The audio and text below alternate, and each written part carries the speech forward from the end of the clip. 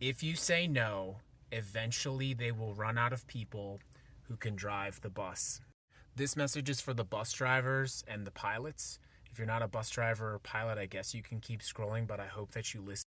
Historically, I was just following orders has not been a good legal defense.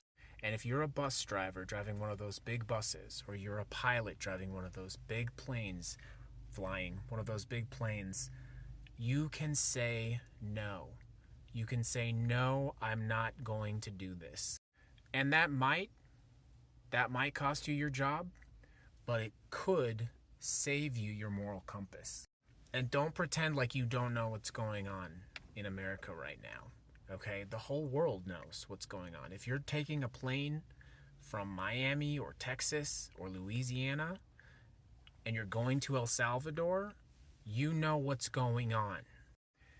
And I was just following orders is not going to work. And the statute of limitations for some of these things that are happening that law enforcement is looking the other way on right now, it is longer than 3.5 years. But even that is not as valuable as your internal moral compass, as your children and your grandchildren knowing that you were not one of the people who drove the buses, that you were not one of the people who flew the planes to El Salvador. Because someday they will know that. Someday they will, as much as you try to hide it.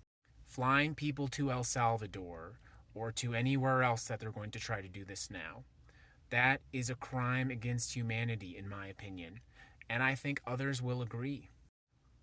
But you don't have to ask the question.